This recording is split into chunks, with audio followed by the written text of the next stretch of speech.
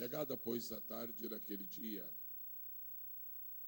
o primeiro da semana, em que os discípulos se haviam reunido com as portas fechadas, com medo dos judeus, apresentou-se Jesus no meio deles e disse-lhes: paz seja convosco.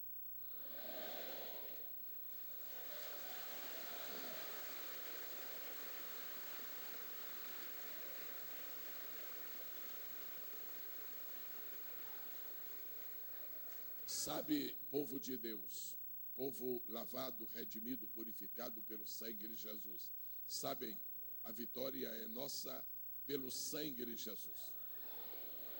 Sabem, guerreiros de Jeová, lutadores pela causa do bem, da justiça, do amor, da fé, da esperança, sabem, a vitória é nossa pelo sangue de Jesus. Eu vou repetir esta sentença em sua primeira parte e espero que este respeitável, admirável, piedoso e fervoroso público complete. Eu vou falar somente a metade, a primeira metade. A vitória é nossa. Quando eu falo de Jesus, todo mundo já sabe do que eu estou falando. Do Rei dos Reis e Senhor dos Senhores, daquele que é, daquele que tem, daquele que pode, daquele que faz, daquele que reina, daquele que impera, do grande, do majestoso, do magnífico, do glorioso, do eterno, do invencível, do extraordinário, do incomparável, do inimitável, Jesus, Jesus, Jesus. Ele é o estuário da nossa vida, no qual desaguam os muitos rios das nossas ocupações e preocupações, anseios e sonhos, ideais e planos. Jesus, o último, porque também é o primeiro. Antes dele, ninguém. Depois dele, zero. A ele glória e um lindo aplauso.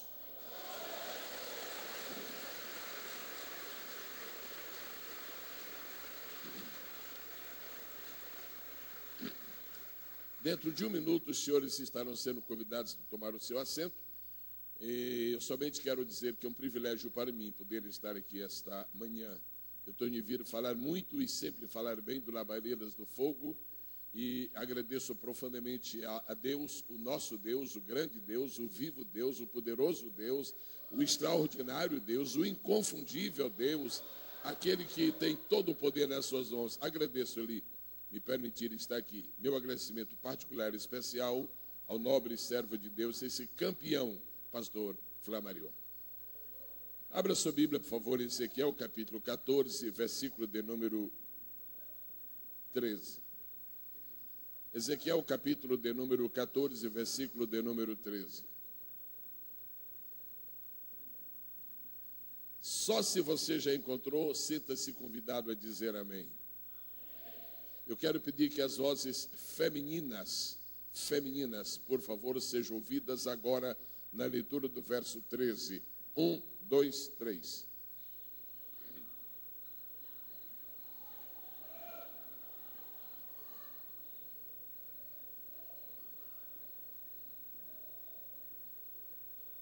Vão lendo, porque depois vem os homens. Bom, eu penso que já terminaram de ler. Verso 14, Ezequiel 14, 14, vozes masculinas, um trovão aí para Deus.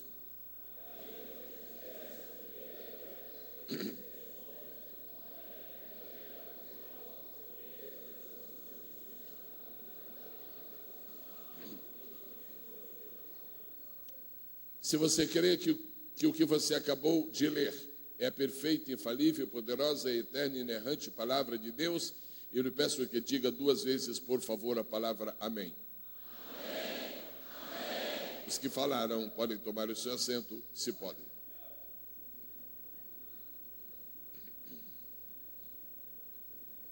Nas minhas andanças por este país, República Federativa do Brasil, nossa pátria amada, nas minhas andanças por este país, tenho observado nos últimos anos que está começando a haver uma grande revolução dentro da casa de Deus, no meio do povo de Deus. É a revolução que nos está trazendo de volta à palavra. Grandes congressos, extraordinários eventos estão acontecendo neste país, os quais têm como centro, como pedra de toque, como elemento principal, como diretriz fundamental, o apego, o amor, a devoção, a submissão à palavra de Deus. E me alegro de saber que um evento como este está girando totalmente em torno da palavra de Deus. A palavra de Deus é uma palavra que purifica, uma palavra que santifica, é uma palavra que regenera, é uma palavra que qualifica o homem, que modifica, que transforma. Ela não reforma, ela transforma. Ela oferece para qualquer pessoa basicamente três grandes privilégios. O privilégio de ter apagado o seu triste passado. O privilégio de lhe conceder a oportunidade para um superior modo de vida no presente. E, sobretudo, a esperança para um futuro risonho e maravilhoso, o qual acontecerá nas mansões celestiais, a casa de habitação de nosso grande Deus e Senhor Jesus Cristo. Você e eu vimos nos 2 versículos que nós acabamos de ler,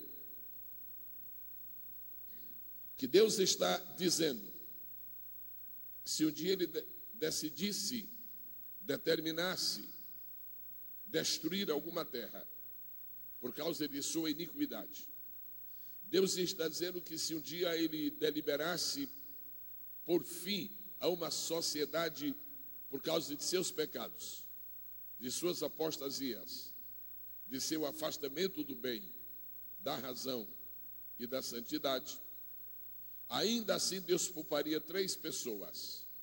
Deus pouparia Noé, Daniel e Jó. Eu quero pedir a cada uma das pessoas que compõem este respeitável público a gentileza de repetir os 3 nomes mencionados no texto que nós lemos nesta manhã. O mais forte que nós podemos, nem que seja para ser ouvido em colatina, nem que seja. Vamos falar Noé, Daniel e Jó. Quem pode dizer isto agora de memória? Novamente, 1, 2, 3. 3, 2, 1. Não, aí foi 1, 2, 3. 3, 2, 1. 3, 2, 1. 1, 3, 2. 2, 1, 3. 2, 2, 1. 3, 3, 2. Nunca mais isso sairá da nossa memória. Noé, Daniel e Jó. Se eu pudesse encontrar nesta manhã, sentado em uma destas cadeiras, Sua Majestade, o Espírito Santo, Ele não se senta numa cadeira, Ele se entroniza no nosso coração. Mas se eu pudesse encontrá-lo aqui como pessoa e pudesse lhe dirigir uma pergunta, seria esta: Espírito Santo, magnífico Espírito Santo, reitor da Universidade Universal do Conhecimento e da Sabedoria, diga-me uma coisa, por que esses 3 homens estão juntos na Bíblia?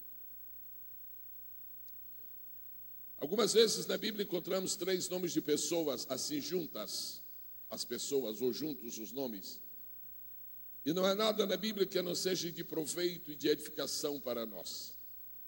Às vezes encontramos Sem, Cam e Jafé. Às vezes encontramos Abraão, Isaque e Jacó. Às vezes encontramos Pedro, Tiago e João. Aqui nós temos Noé, Daniel e Jó. Se eu tivesse autorização esta manhã, em nome do Senhor Jesus, para lhes dar uma ideia, eu daria a seguinte ideia: de que este é o trio de ouro do Pai Celestial. Trio de ouro. Se dispuséssemos de uma oportunidade neste Labaredas, neste ano de 2013, de entregar a cada um dos senhores uma folha de papel e pedir: ponha as 3 pessoas de sua predileção, talvez ninguém poria na sua lista o nome de Noé. E quase com certeza ninguém inseriria o nome de Jó. Provavelmente o nome de Daniel entraria em muitas listas. Mas se você entrega essa folha de papel para Deus, diz: Deus, por gentileza, me deu a sua ideia aqui, o seu trio de ouro. Ele diz: meu filho, meu trio de ouro, Noé, Daniel e Jó. Aí você me perguntaria, e ficaria sem resposta à pergunta: por um bom tempo. Por quê? Pergunte para quem você quiser. Por quê? Pergunte para outra pessoa. Por quê? Que foi que levou Deus a pôr esses 3 homens juntos, um ao lado do outro? O que você acha que Noé tem de parecido com Daniel? Resposta imediata: nada. O que você acha que Daniel tem de parecido com Jó? Aí você diz logo: nada. E o que Jó tem de parecido com Noé? Absolutamente nada. E Deus diz assim: tudo. Se eu puder nesta manhã comunicar alguma verdade relacionada com estes 3 nomes, com essas 3 figuras, personagem ilustre da Bíblia, eu me darei por satisfeito e considerarei a minha missão cumprida diante de Deus e deste público. Se você fosse ao restaurante de Governador Valadares esta manhã, após a reunião aqui, e você encontrasse numa mesa lá no canto 3 homens, idosos, antigos, maduros, piedosos, fiéis, e você, por curiosidade, não é muito ético, mas por curiosidade, você afinal de contas não é surdo, nem surda. Se você sentasse a uma meia distância da mesa onde eles estão e você ouvisse a conversa deles, você tem uma surpresa. Noé estaria dizendo assim: Daniel, Jó, eu quero contar a minha experiência. Nos tempos em que eu vivi aqui neste planeta, houve uma grande destruição. Diga comigo, povo de Deus, destruição. Quando Noé terminasse de falar, Daniel tomaria a palavra e disse: olha Noé, olha Jó, impressionante. No meu tempo também houve uma grande destruição. Diga, destruição. Quando terminasse de falar os dois, era vez de Jó. Jó estava assim com os olhos marejados de lágrimas, em memória do que aconteceu a ele no seu primeiro tempo. E ele diria: Noé, Daniel, eu também experimentei uma. É esta palavra que une esses 3 nomes. Por um lado é esta palavra. Mas por outro lado, Noé ia dizer: olha, eu só me salvei do dilúvio por causa da minha fé. Diga, fé. Daniel, é interessante, Noé, interessante, Jó, eu só escapei da cova dos leões por causa da minha.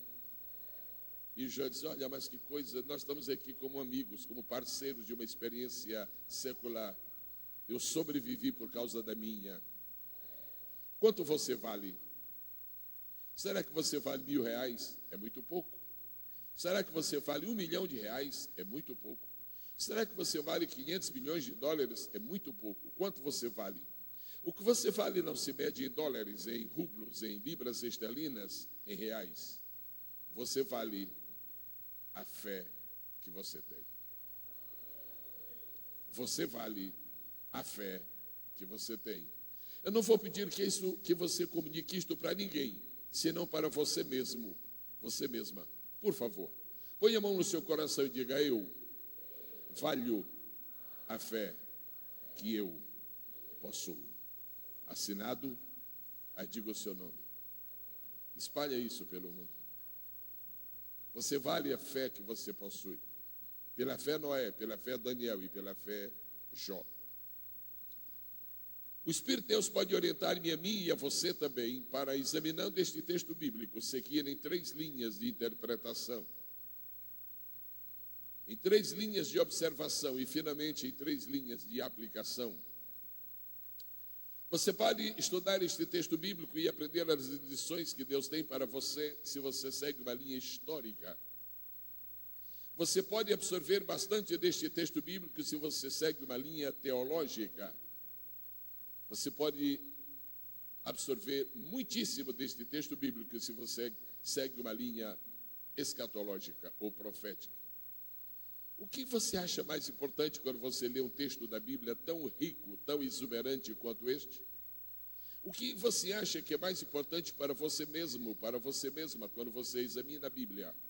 É o aspecto histórico, ou é o teológico, ou é o profético? Valem os 3 e nenhum deles pode ser deixado de lado. Primeiramente, eu queria recordar o lado histórico. Histórico. Diga comigo, histórico. Não é? Eu apreciaria se este público pudesse repetir após mim, por favor. Noé marcou sua época. Daniel marcou sua época. Jó marcou sua época. Povo de Deus, gente do Labaredas, deixe-me dizer algo bastante simples, não obstante muito importante. Há 3 classes de pessoas no mundo, nas Américas, no Brasil, em Valadares, no Labaredas. Há 3 classes de pessoas, unicamente 3. Primeira classe de pessoas são aquelas que não sabem o que está acontecendo. Tem gente que não sabe de nada. Tem gente que não leu nada. Tem gente que não ouviu nada. Tem gente que não entende nada. Primeira classe de pessoas são as que não sabem do que está acontecendo. A segunda classe de pessoas são as pessoas que sabem de tudo o que está acontecendo. Ouvem 4 noticiários, um após outro. Orkut, Facebook, Twitter, tudo, sabem tudo e bisbolhotam tudo e compartilham tudo e estão na linha do tempo e não estão na da eternidade e sabe. Primeira classe, as pessoas que não sabem o que está acontecendo. Segundo, as que sabem o que está acontecendo. Espero que você não pertença nem a um nem a outro grupo, porque há um terceiro que está esperando você. Primeiro grupo, as que não sabem o que está acontecendo. Segundo grupo, as que sabem o que está. Terceiro, as que estão fazendo as coisas acontecerem.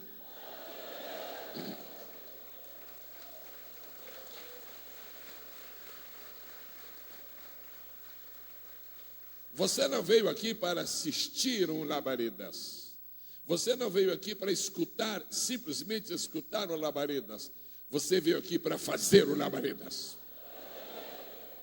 Você não pode se comportar ao longo da história da sua vida como um observador. Você não está ligado à ONU para ser um observador.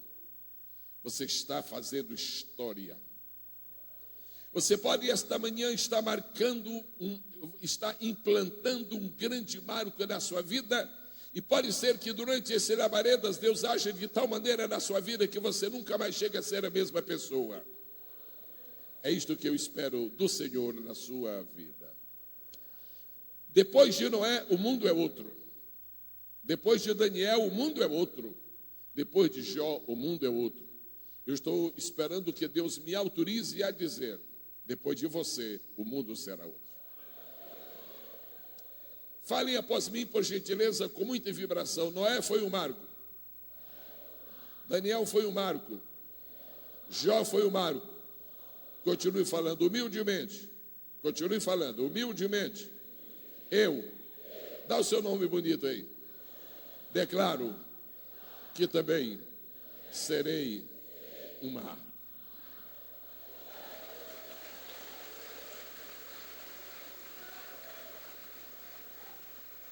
Há pessoas que quando morrem, alguém diz: você sabe quem morreu? Fulano tal. Eu nem sabia que ele estava vivo. Mas há pessoas a respeito das quais os outros dizem: Deus não deixa fulano morrer, ela é tão útil. Noé não podia morrer. Daniel não podia morrer. Jó não podia morrer. Por isso, todos os 3 viveram bem. Deus está conservando sua vida, porque você tem um lugar na história. Deus está conservando sua vida porque você tem um papel a desempenhar. No tempo de Noé, Deus mandou um dilúvio, a destruição da sociedade. No tempo de Daniel, houve um dilúvio espiritual, a destruição da fé, do elemento religioso. E o povo foi para o cativeiro e esmoreceu-se tudo em cada um. No tempo de Jó, a família se desequilibrou, ele perdeu tudo o que tinha, mas salvou-se. Você precisa ter alguma coisa dentro de você que seja uma herança de Noé, que seja uma herança de Daniel, que seja uma herança de Jó. As pessoas que vão triunfar completamente neste mundo hostil e abominável como esse que nós estamos vivendo e com o qual convivemos, as pessoas que marcarão na verdade época, são as que têm um pouco de Noé e um pouco de Daniel e um pouco de Jó. Eu queria dizer algumas palavras sobre Daniel, porque eu não teria tempo, não estou me queixando do tempo, eu estou apenas dizendo que eu não teria tempo de lhes falar sobre os 3, mas eu queria lhes falar sobre Daniel. Eu queria repartir com você alguns segredos de Daniel. Mas primeiro eu falo de Noé, porque Noé é o primeiro da lista. Eu queria confessar esta manhã com muita sinceridade e com profunda honestidade que Daniel era mais crente do que eu. Porque no tempo de Daniel, Noé era mais crente do que eu, porque no tempo de Noé não havia Bíblia, e hoje existe Bíblia. No tempo de Noé não havia igreja, e hoje existe igreja. No tempo de Noé, o Espírito Santo não estava morando na terra, e hoje está. E Noé teve mais fé do que a maioria de nós. É muito fácil crer que vai chover 3 dias quando já choveram 2. Mas é muito difícil crer que vai haver um dilúvio quando nem choveu. Se você está preparado para ver somente as coisas que você sempre viu, você não tem futuro. Agora, se você está preparado para crer no sobrenatural, o futuro está esperando você. Deus disse para Noé: faz um navio, uma arca, porque vai vir um dilúvio. Desculpa, Deus, vai vir o que? Um dilúvio. Desculpe outra vez, vai vir o que? Dilúvio. Desculpa, eu não sei de que se trata. Dilúvio é uma chuvarada. O senhor desculpa que eu estou continuando sem saber. Chuvarada, o que é isso? E Deus explicou a Noé: não creia apenas no que todo mundo crê. Creia em coisas em que ninguém crê, porque você vai escapar do dilúvio. Não tenha uma fé histórica, uma fé baseada nas reportagens dos jornais. Tenha uma fé baseada na palavra de Deus.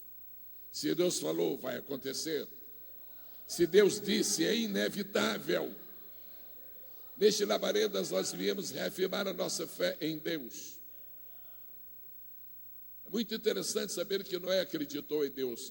Eu não sei exatamente qual era a profissão de Noé, mas é muito fácil imaginar o que seria naquela época em que toda a história do mundo era vinculada basicamente, não totalmente, mas basicamente a vida agropastoril. Apesar do Balcaim, etc., dos mecânicos que apareceram. Mas a verdade é que Noé precisou ser um construtor de navios e construiu um. Antes de eu chegar a Daniel, que é o centro da palavra, eu queria só lembrar uma coisa a você sobre Noé, sobre o dilúvio, sobre a arca. Deus não mandou Noé fazer 2 arcas. Deus só precisava de uma arca. Você só precisa de uma arca. Você só precisa de um Cristo. Você só precisa de uma igreja. Você só precisa de uma salvação.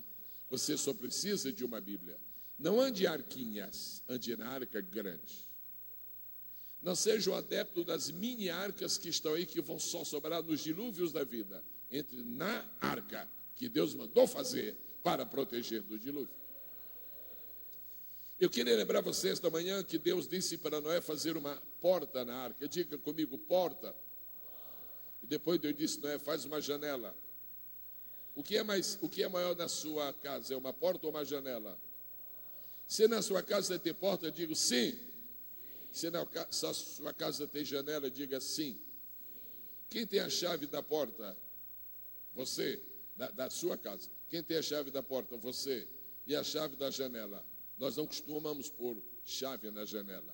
Mas eu queria dizer para você que a porta da arca tinha uma chave e a janela da arca também tinha.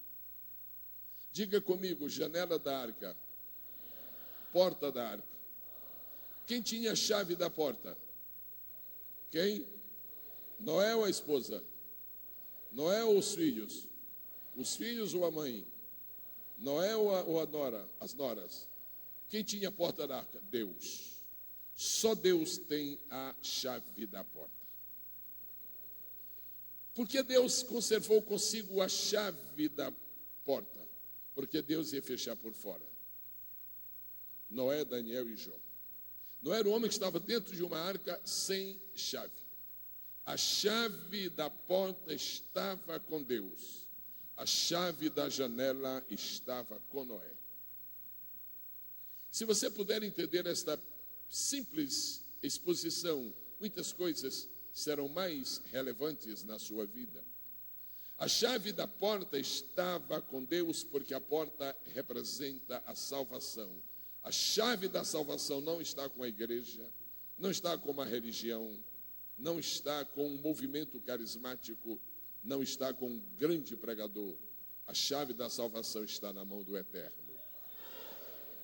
Ele que abre a porta. Ele abriu para mim, ele abriu para você. Mas depois que Noé entrou na arca e findou o tempo, Deus fechou a porta da arca, Noé está lá dentro e Deus disse: Noé, tem uma janela aí. Eu controlo a porta e você controla a janela. A porta simboliza a salvação. A janela simboliza a comunhão. Quem determina a sua salvação é Deus. Quem determina a sua comunhão com Deus é você. E há janelas grandes e pequenas. Por isso existe comunhão intensa e comunhão rasa. Você fez labaredas porque Deus quer que a janela da sua arca aumente de tamanho. Você está aqui esta manhã porque Deus está dizendo que Ele não quer que você olhe pelas frestas. Abra a janela. Primeira coisa que você tem que soltar pela janela é um corvo.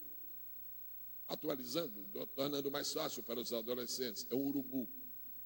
Mas o urubu só sai uma vez pela janela e não volta mais. Depois tem uma pomba.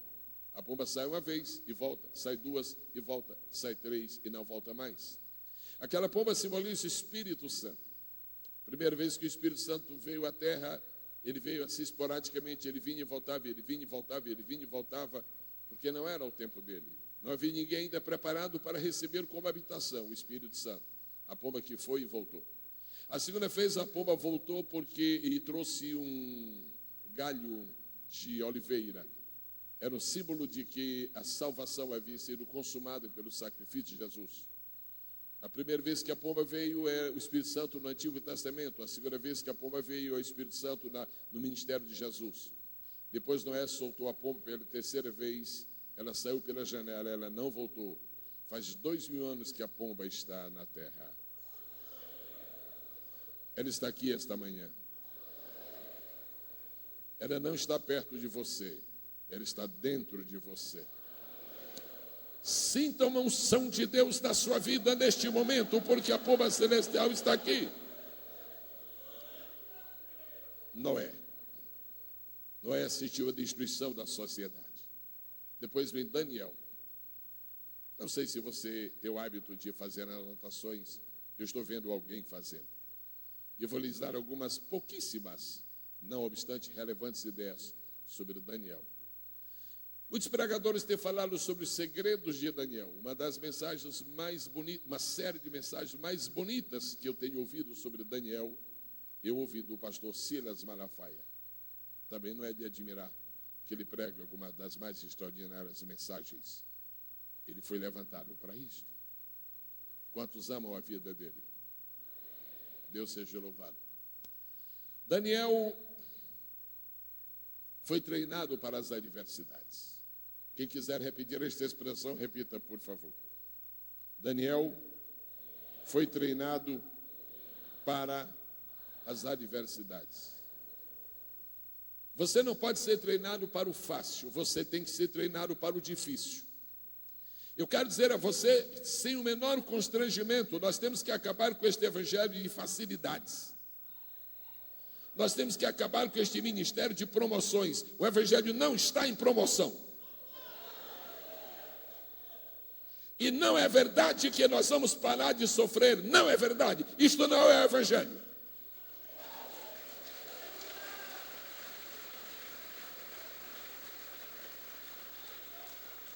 A igreja brasileira precisa despertar e não pode ser enganada por pessoas que querem conseguir aplausos dos homens. Nós não fomos levantados para obter aplausos, nós somos levantados para uma vida de sacrifício. O céu não é aqui, o céu é lá em cima. Você tem que ser treinado para as adversidades. Você tem que acreditar que um dia pode enfrentar leões. Agora, não precisa ter medo dos leões, porque quando Daniel entrou na cova dos leões, nenhum leão tocou nele, e os pregadores dizem que é porque os leões estavam jejuando. Bom, eu já falei isso também, não falo mais, não era isso não, leão não jejua. Os leões não tocaram em Daniel, nem tocaram em Daniel, porque quando eles quiseram dar o primeiro passo, eles estremeceram, porque junto com Daniel entrou na cova o leão da tribo de Judá.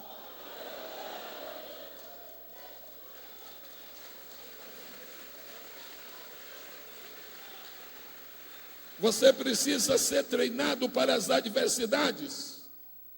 Tenha o espírito de guerreiro. A igreja não é um show. A igreja é um campo de batalha, é um exército. O paraíso não é aqui embaixo, o paraíso é lá em cima. Aqui é uma arena de lutas. Os que querem viver piamente em Cristo padecerão, inclusive perseguições. A igreja não existe aqui para fazer alianças com o Estado. A igreja está aqui para vencer o diabo. A igreja está aqui na terra para combater as hostes. Você não pode fazer aliança com demônios, senão você vai para o inferno com eles. Você tem que estar acima das circunstâncias, viver acima dos problemas. Você tem que ir para a mais alta montanha e ver tudo para baixo, porque você é que está em cima. Treinado para as adversidades. Um outro segredo de Daniel é que ele era um homem de hábitos verticais. Hábitos verticais. O horizontal não pode sair da nossa vida porque nós somos humanos. Mas o vertical tem que ser a parte fundamental da nossa vida. Se você tem um papel à mão, eu vou lhe pedir a gentileza de desenhar. Você tem 15 segundos para fazer isso. Desenhar uma cruz. 1, 2, 3. Desenhou? Já. Quantas linhas você desenhou no seu papel? Uma é vertical e a outra é? Qual é a linha maior? Se você desenhou as duas linhas iguais, você desenhou tudo, menos uma cruz. Uma cruz só é cruz quando a linha vertical é grande e a horizontal é pequena. Isso é o símbolo da nossa vida. O horizontal não pode ser maior do que o vertical. Meu relacionamento com os homens, com os outros homens, com as outras pessoas, não pode superior ao meu relacionamento, ser superior ao meu relacionamento com Deus. Diga comigo, vertical se sobrepõe ao horizontal. Tua vida com Deus é mais importante do que tua vida com o próximo. E tu não terás harmonia com o teu próximo se primeiro não tiveres harmonia com Deus. Segundo grande segredo da vida de Daniel é que Daniel era um homem verticalizador da vida. Daniel capítulo 6, versículo 10, diz que Daniel ia para o seu quarto e se punha de joelhos, abria a janela do quarto e orava. E o segredo é que diz assim, como sempre fazia. No desejo de que o vertical se sobreponha ao horizontal, eu espero que enquanto estou, e eu e depois os outros preletores, enquanto nós estivermos ministrando a palavra de Deus, nenhuma pessoa, nem uma só, esteja aqui com seu tablet ligado para receber as últimas notícias lá de fora. Se você está com o aparelho ligado para ver notícias de fora, você está aqui por engano. Aqui é vertical. Você não pode ao mesmo tempo estar ouvindo a palavra de Deus e querendo saber o último resultado do seu time preferido. Ou o vertical domina na sua vida, ou você não vai sair da cova dos leões. Ou o vertical domina na sua vida, ou então seu nome nunca estará nessa lista. Deus diz, eu vou por aqui Noé, que escapou do dilúvio. Vou por Daniel, porque foi treinado para as adversidades e porque eu cultivava os hábitos verticais. Terceiro segredo de Daniel. Ele tinha aversão a quartos escuros. Eu acho que Daniel, se vivesse esse tempo, ele queria sempre que essas lâmpadas que nos fazem transpirar tremendamente, ele queria que isso aqui não apagasse nunca. Daniel era um homem transparente.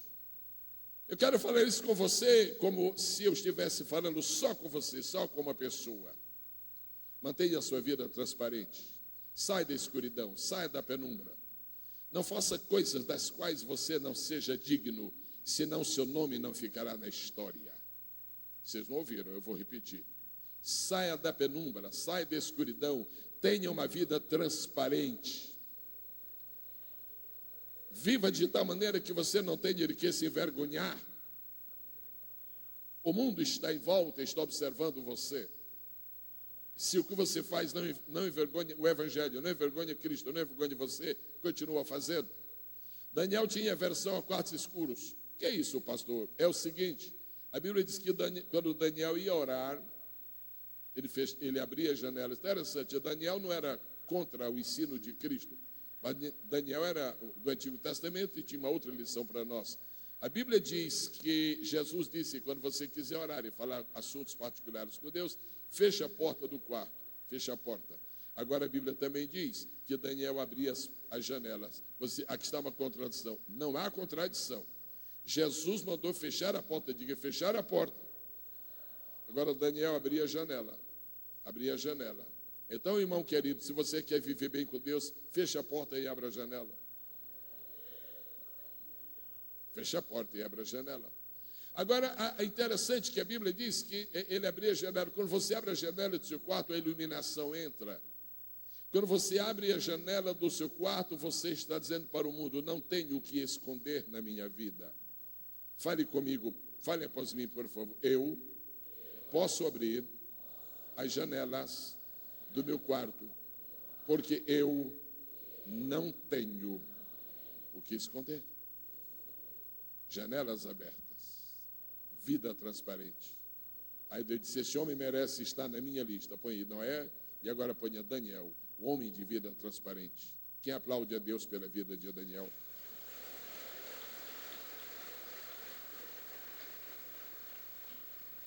Uma outra coisa interessante que nós vemos é que Daniel tinha outro segredo, ele trocava o superficial pelo sacrificial.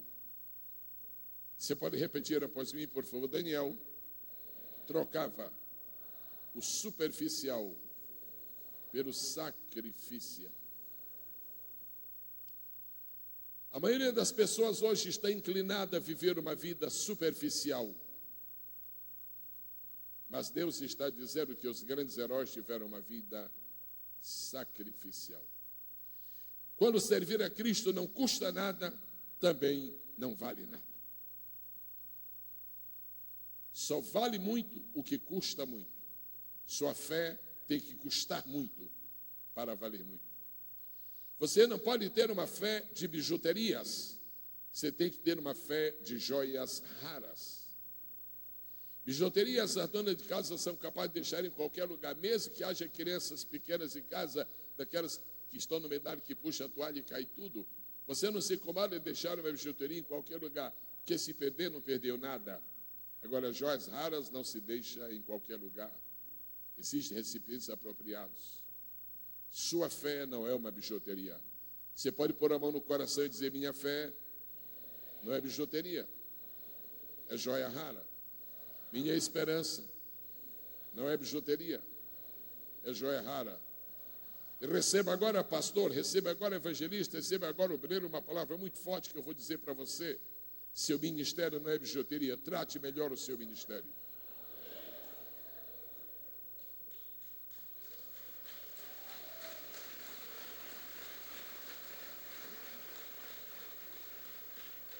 Não venda o seu ministério. Não negocie o seu ministério. Não chantageie o seu ministério e, muito menos, não deixe o diabo chantagear seu ministério. Seu ministério não é uma bijuteria. Se seu ministério é uma bijuteria, você não foi levantado por Deus. Você foi suspenso pelos homens. Porque há dois tipos de obreiros, os levantados e os suspensos.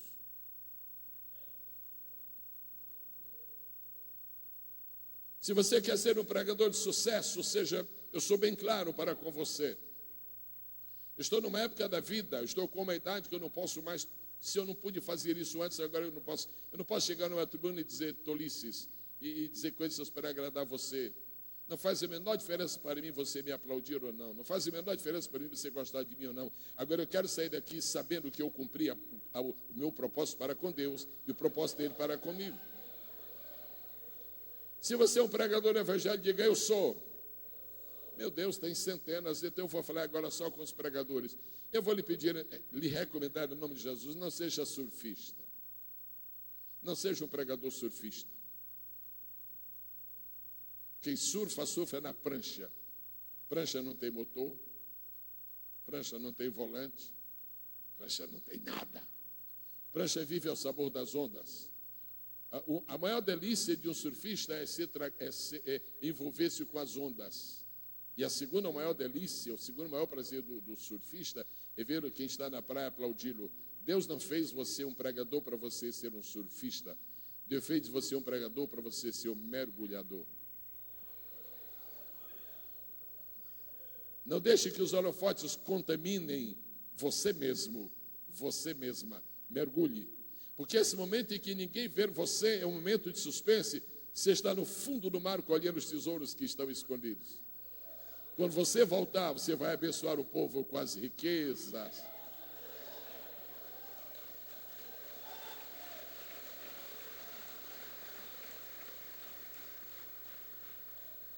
Daniel.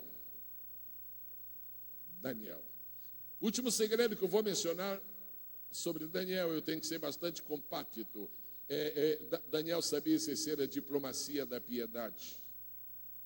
Você não precisa ser grosseiro para ser crente. Você não precisa ser estúpido para ser fiel. Você pode ser um diplomata e não se afastar dos seus princípios. Daniel não impôs uma dieta, ele negociou uma dieta. Meu amigo, vamos fazer um negócio aqui, me deixa comer só salada. Não pode, olha, me deixa. E ele disse assim, experimenta só 90 dias. Foi assim? Não, só 10 dias. Experimenta só 10 dias. Se dentro de 10 dias a coisa não der, eu vou entrar na maminha condenada e no cupim.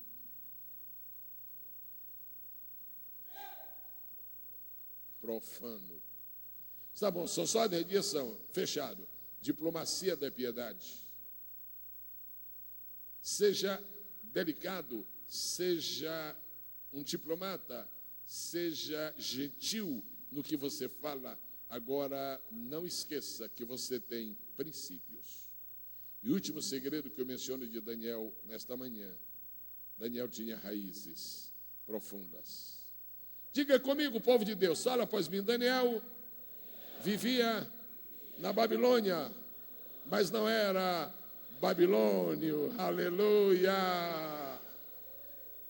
Não é preciso viver em Jerusalém para ser santo, pode viver na Babilônia. O problema não é onde você está, o problema são as raízes que você tem.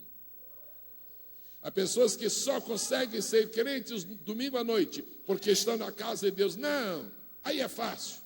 Eu quero ver a ser como Noé, quando todo mundo está chamando você de louco e você está risonho sabendo que a loucura que você tem é celestial. Noé, Daniel e Jó. Deixe-me olhar como é que andam as coisas aqui. Ok. Você tem 3 aspectos deste versículo para considerar e tudo que eu estou fazendo, soltar ideias. Vocês podem ter muitos sermões daí, vocês já sabem que podem ter. Mas eu quero entrar na parte que me parece mais consentânea com a realidade contemporânea. Diga comigo, Noé, Daniel e Jó. Continue falando. Noé assistiu à destruição da sociedade. Daniel assistiu à destruição do templo. Continue falando, vírgula, que significa a fé. Jó assistiu à destruição da família. Você está com a Bíblia aberta ainda? Não está, não tem importância, não tem importância. Você leu em Ezequiel 14, 13 e 14. Ezequiel 14, 14 diz: se eu encontrar nesta cidade que eu quero destruir esses 3 homens, eu vou livrar as almas deles. Eu quero, nestes minutos finais, deixar aquilo que eu imaginaria ser o cerne da mensagem. Ou seja, aquilo que me parece ser ainda mais importante. Senhoras e senhores, povo do Labaredas, esses 3 homens têm uma mensagem escatológica para nos comunicar. Noé viveu no princípio, mas ele é uma sinalização para o fim. Daniel viveu há séculos e séculos e séculos para trás, mas ele está vivo hoje. Jó é um dos primeiros patriarcas, mas Jó tem uma mensagem para o ano de 2013, que está prestes a terminar. 12 de outubro é hoje. Quando Jesus voltar, ele encontrará a terra com 3 marcas. Primeira marca, a marca dos tempos de Noé. Segunda marca, marca dos tempos de Daniel. terceira marca, a marca dos tempos de Jó. Esses três homens têm uma mensagem escatológica rigorosamente bíblica, extraordinariamente escriturística, exuberantemente práticas para a nossa vida. Satanás tem três planos de ataque ao mundo inteiro, mas eu particularizo agora ao Brasil. Satanás gostaria de que acontecesse três coisas no Brasil. Isto lhe satisfaria. Satanás está tratando de destruir a sociedade brasileira. Diga, a sociedade brasileira. Isso foi assim no tempo de Noé. Jesus disse em Mateus e em Lucas, está escrito mais claramente em Mateus e em Lucas, Jesus disse que quando ele voltasse era como nos dias de Noé. Esta é a relação escatológica da vida de Noé. Agora, quanto a Daniel, você sabe que Daniel foi um profeta escatológico. E está escrito lá no livro do profeta Daniel a respeito do fim, do tempo do fim, escatologia, o nosso tempo. E quando Jesus pronunciou seu sermão profético, seu sermão escatológico, ele incluiu o profeta Daniel. E Jó está sendo mencionado por Tiago na sua epístola, quando Tiago está falando da volta de Jesus. Quando Tiago fala da volta de Jesus, ele põe o nome de Jó. Então, a minha exegese é absolutamente legítima. Satanás tem três planos contra o Brasil. Primeiro, destruir a sociedade brasileira. Os senhores acham que esse plano vai demorar a começar a entrar em execução? Como? Como? Já está em execução? Já. Só existe uma única resposta aos ataques do diabo contra a sociedade brasileira. Só uma. E essa resposta é uma igreja atuante para desmoralizar os ataques do diabo, desmoralizar ele próprio. Eu venho esta manhã lhe dizer que você não pode se comprometer com esta sociedade corrupta, senão você perde sua autoridade sobre ela. Igreja é igreja, e sociedade abominável é sociedade abominável. Igreja é um povo separado, distinto, diferente, lavado, redimido, purificado, santificado, escolhido, moldado, aperfeiçoado e está sendo cada dia preparado pelo Senhor. Você não é o mundo, igreja, você é igreja. E a Bíblia diz que o mundo sempre odiará a igreja, porque a igreja é do Senhor Jesus. O diabo ataca a sociedade. Fale bem forte isso. O diabo ataca a sociedade. Número 2, o diabo ataca a fé.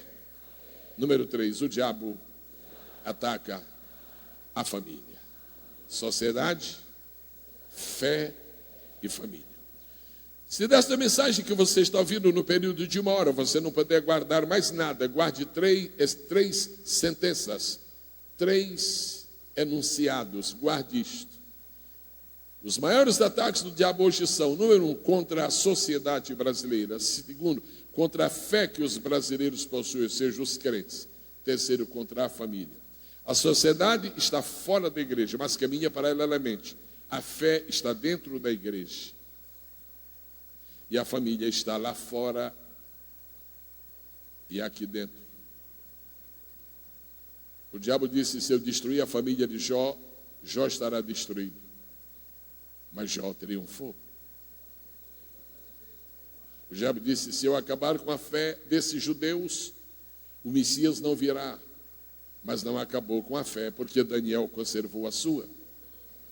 O diabo disse, se todo mundo pecar, eu sei que o Eterno vai mandar o dilúvio e não escapa ninguém. Mas escapou alguém. Sempre escapará alguém. Este alguém tem o seu nome.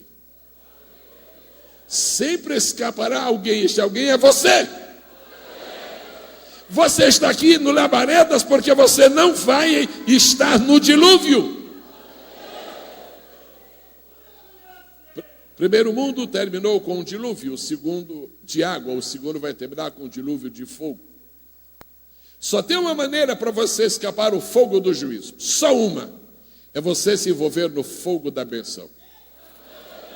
Eu acho que é por isso que você está no Labaredas de fogo.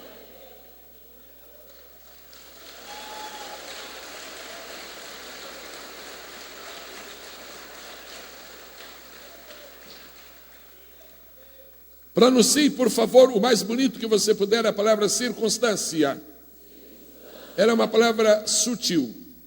Ela é uma palavra simples, singela, quase não nos chama a atenção. Mas esta palavra que está sendo o fiel da balança. Circunstância. Se você não pode se elevar acima das circunstâncias, seu tipo de vida espiritual vai ser sempre decadente, segunda classe. E eu quero dizer que você foi levantado por Deus para viver uma vida de primeira classe. Você não vai viver lá embaixo com a multidão que perece. Você vai viver no cume da montanha com a multidão que prevalece.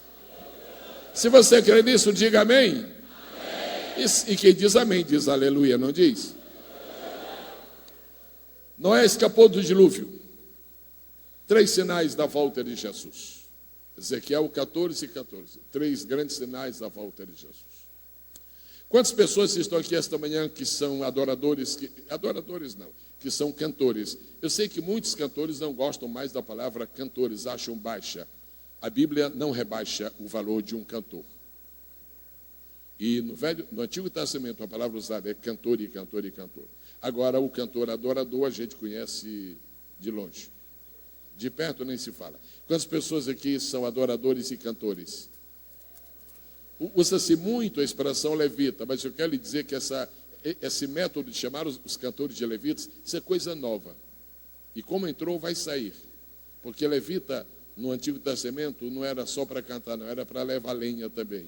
E muitos cantores não levariam nem carvão, quanto mais lenha. Mas eu quero fazer uma pergunta para você como cantor. Quantos levitas, quantos cantores estão aqui esta manhã? Digam, eu estou. Se você quer agradar a Deus como um bom levita, como um cantor, cante sobre a volta de Jesus. Não cante somente que o mar vermelho vai se abrir, cante também que Jesus vai voltar. Não cante hinos de vingança, cante hinos de misericórdia. Não fale somente sobre os feitos do Antigo Testamento, projeta a glória do céu para um mundo que está cheio de materialismo. Esse é o espírito de Noé que vê acima das circunstâncias. Esse é o espírito de Daniel que vê além das circunstâncias. Esse é o espírito de Jó que vê além das circunstâncias. Deixa eu dizer uma coisa bonita sobre Noé. O dilúvio terminou e Noé continuou. Tudo isso que está de perigoso e terrível no Brasil vai passar um dia, mas você não vai passar, você vai continuar. Daniel assistiu à morte de vários monarcas e sobreviveu. Você vai sobreviver. Você foi destinado a sobreviver. Porque Deus disse uma palavra para Daniel que ecoa nos nossos ouvidos e corações nesta noite. Tu, porém, vai até o fim. Agora, Jó, eu não vou chamar isso de senso de humor, não fica bem para Deus, e muito menos também para o meu estilo de pregador, mas o pastor Cláudio pode falar sobre isto, senso de humor de Deus. Noé, provavelmente a doença de Jó, muito provavelmente a doença de Jó foi fogo selvagem, eu creio nisto assim. E fogo selvagem é uma doença crudelíssima, eu conheci 2 pessoas que sofreram de fogo selvagem nos Estados Unidos. Uma das coisas que acontece quando a pessoa sofre de fogo selvagem é que é uma deformação visual. A pessoa começa a ter vergonha de ser vista, porque tudo se torna diferente. Conheci uma jovem, ela já faleceu, e não faleceu pelo fogo selvagem, faleceu num acidente. E terrível. E as pessoas desaparecem de cena porque ficam feias. Por causa de sua doença, Jó chegou a ser a pessoa mais feia do mundo. Diga comigo, mais feia. Mas olha o senso de humor de Deus. A pessoa mais feia do mundo supera as circunstâncias, vence as tribulações, termina o seu cativeiro e daqui a pouco Jó está gerando filhos e filhas outra vez. Aí Jó teve 3 filhas. E a Bíblia diz assim, e as 3 filhas de Jó eram as mais formosas da terra. Você entendeu o senso de humor de Deus? Do mais feio, ele tirou o mais bonito. Do mais feio, ele tirou o mais bonito. Eu quero aplicar esta mensagem neste final. Eu estou vendo aqui, eu quero aplicar esta mensagem para você. Talvez você diga, eu sou mais fraco aqui no Labaredas. Pois deste mais fraco, Deus vai tirar o mais poderoso.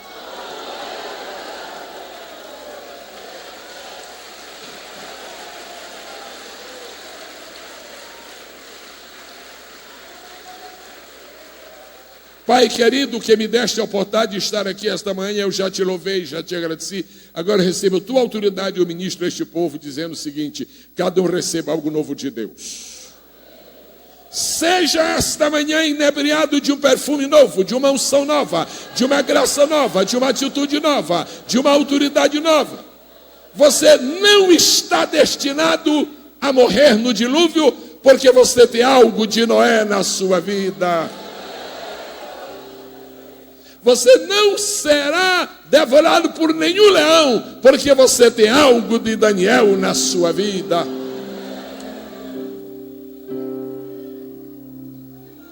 Mas mantenha o espírito de Jó. Reaja.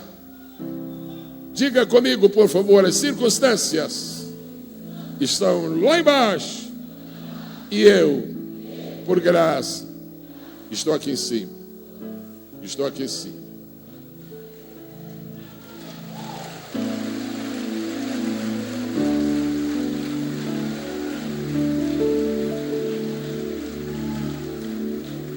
Eu tenho um compromisso com Deus, eu já combinei com Ele. Deus, eu quero combinar contigo. Quando eu chegar ao céu, o primeiro 1.000.000 de anos eu vou ficar só olhando para Jesus. Primeiro eu quero ver meu Salvador. O Senhor não leva mais, eu quero passar 1.000.000 de anos. Agora, depois que eu passar 1.000.000 de anos olhando só para Jesus, eu quero pedir licença para eu conhecer algumas pessoas lá em cima. Eu quero conhecer Noé e dizer obrigado, sua vida me inspirou. Eu também escapei do dilúvio. Eu quero conhecer Daniel e dizer obrigado, sua vida me inspirou. Eu também escapei do leão. Eu quero conhecer Jó. E eu quero terminar lhe dizendo, porque Jó é o último? Porque Jó foi o que experimentou as piores agruras. Entre Noé, Daniel e Jó, quem mais sofreu foi Jó. Por quê? Porque Jó sofreu no seu corpo. Jó sofreu na sua alma. E Jó sofreu no seu espírito. Quanto maior o seu sofrimento, maior a sua vitória.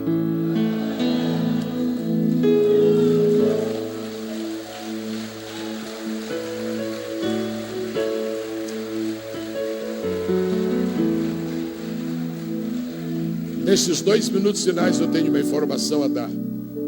Se eu não der esta informação, eu saio daqui com 2 malas pesadíssimas. Paguei excesso de bagagem para chegar no Labaredas. Quantas pessoas aqui têm filhos há mais de 12 anos e moram no seu lar? Faz assim. Eu trouxe um livro especialmente para o seu filho ou para a sua filha. Este livro está na 5ª edição.